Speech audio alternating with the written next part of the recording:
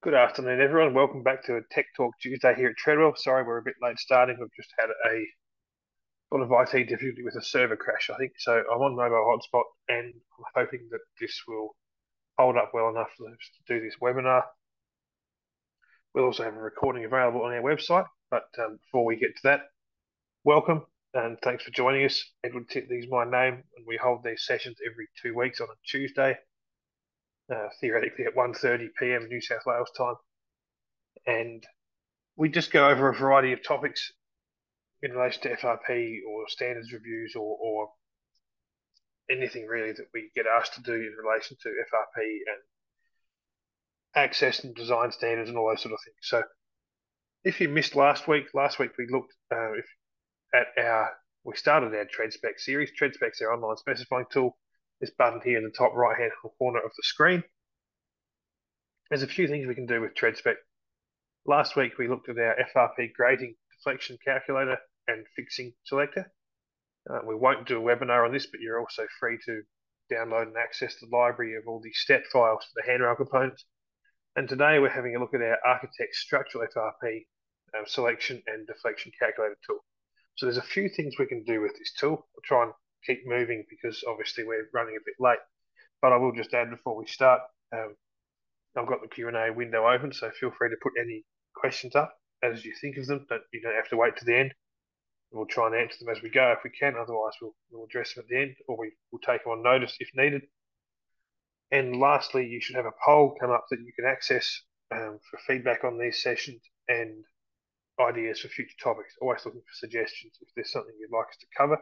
Um, by all means, please put a suggestion in the chat, and we'll endeavour to do, if we can, still into a 15-minute session. We'll do so, and we'll hold a session on it. Before we go much further, obviously this TreadSpec tool is a sanity check or an assistant tool. It's not a substitute for fully engineering something. I just want to make sure that's clear. And if you'd like assistance with that, we can help, or we can also point you in the right direction in regards to the applicable design standard for FRP. I was going to give a quick run through of the standard for structural profiles, but unfortunately with the IT issues, I don't think that's going to work. In any case, what we can do here, so we can attain sectional data associated with each profile in the sectional selector. We can do a horizontal beam check, we can do a vertical column check, and we can also check our flat sheet or flat plate for either a uniformly distributed load or a concentrated load which is applied as a line load.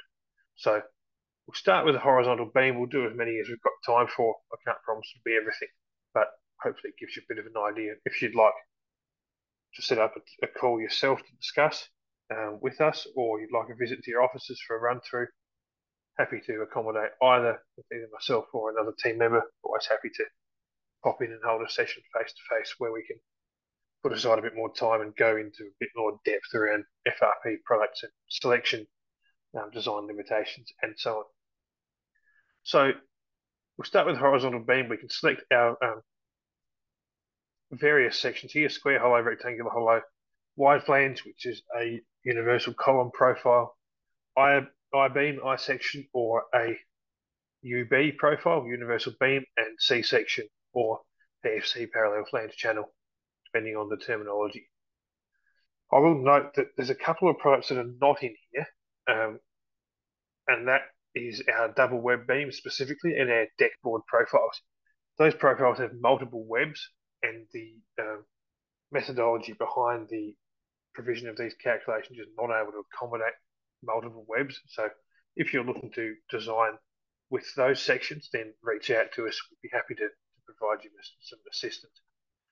So by way of demonstration, grab an I-beam or I-section. 610 is the largest, the deepest section we normally make, so we'll take that just for the sake of the exercise. Call the span length, say 8 meters, and load, I don't know, 4 kilonewtons per meter. If we hit calculate, we'll get the maximum load for this section of that span. We'll get the deflection, span on 455, which is 17.60 mil, and we'll get some files to download this product. So we can have a PDF, DWG, solid part, step, or JPEG of these sections so we can download these sections to use in our drawings. I should also say at this point, if you use Space Gas, there's a folder in the material library called TWFRP, and you are at liberty to download. If it's not added to your Space Gas, I should say, should have been installed a few updates ago. If it's not there, then feel free to reach out. We can give you a plug-in to add it to your Space Gas. Good way to assist with the FEA of these type profiles. So that's our horizontal beam. Have a look at a vertical column quickly. Once again, we can grab a section, I don't know, wide flange or universal column profile 203 by 13. Effective length, I don't know, 1.6, 1.8, that'll do, calculate. This will then give us sectional properties, A being cross-sectional area, R being radius of gyration, and then FA and PA. FA being allowable column concentric axial stress, and PA being allowable column centric axial load. Same deal here, we can download our relevant drawings for this profile as we'd like to. Should add, in relation to both of these, there's no safety factor considered in regards to deflection, and also obviously there's no moment considered in this column check. Just so that everyone that's made clear. It's a very simple sanity check or quick deflection check. I didn't mention this before. On the horizontal beams, also they are considered as simply supported for the object of this exercise. If we look at our flat sheet, same idea. I don't know, grab a 9.5 mil thickness product, span length, I don't know, 600 mil. Oops. Load per linear meter is a line load, 1.5. See what happens here. You can see we get quite a high deflection. That comes up in red, indicating to us that this is not suitable. So either we could select a thicker product, 25.4 say, and sorry, I've made an error here. The span length is meters, so 0.6 meters is what I'm looking to do.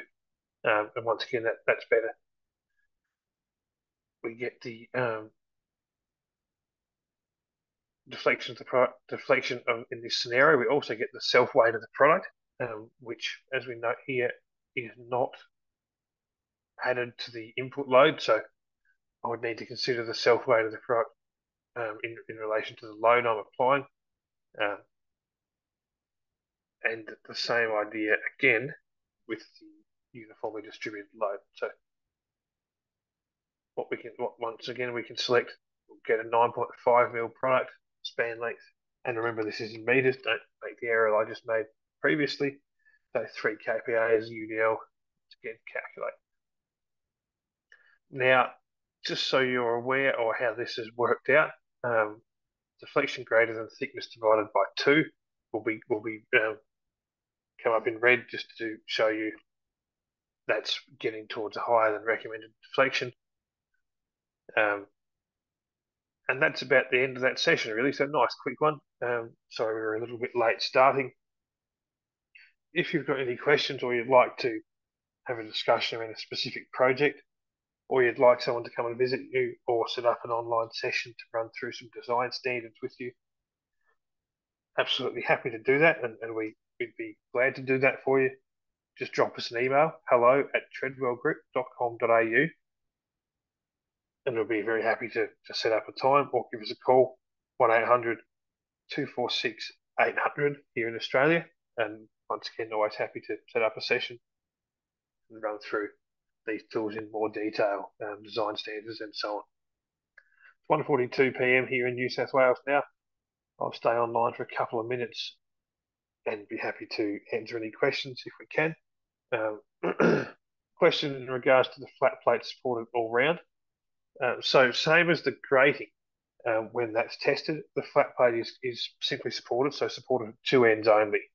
That's what's used to determine this data. So no, it's not supported all round. simply supported two ends only. I should also add, obviously, the line load we looked at is applied mid-span to produce the worst possible effect also.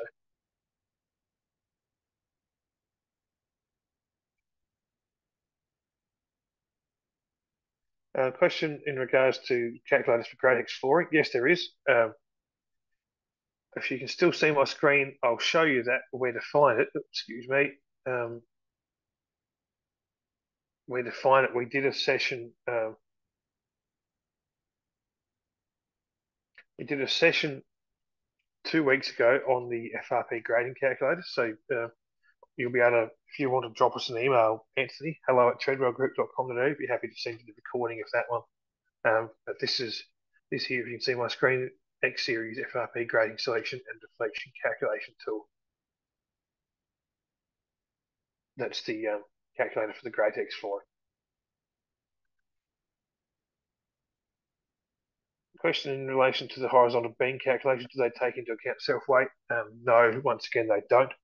So you'd need to add that, and obviously any load factors as well, depending on what you're doing with the structure. The relevant factors need to also be added to your check, but no, self-weight's not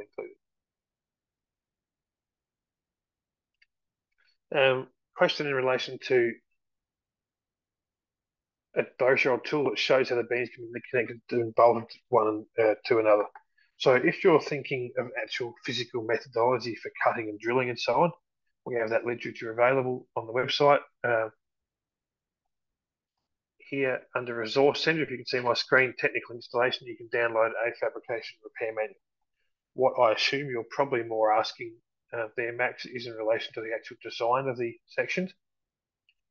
I would point you to the ASCE, excuse me, and I'll endeavour to find it for you if I can. Look, drop us an email, Max, if you can. There's a guide we would typically reference, which is written by the international, or the American, I should say, the American Composite Manufacturers Association, the ACMA. Flick us a note, and my license doesn't allow me to share it with you, but I can give you a link to download it. Cost for that $80 US, and I would strongly recommend having a read of that. That should clarify your questions around bolted connections and connection design and all those sort of things.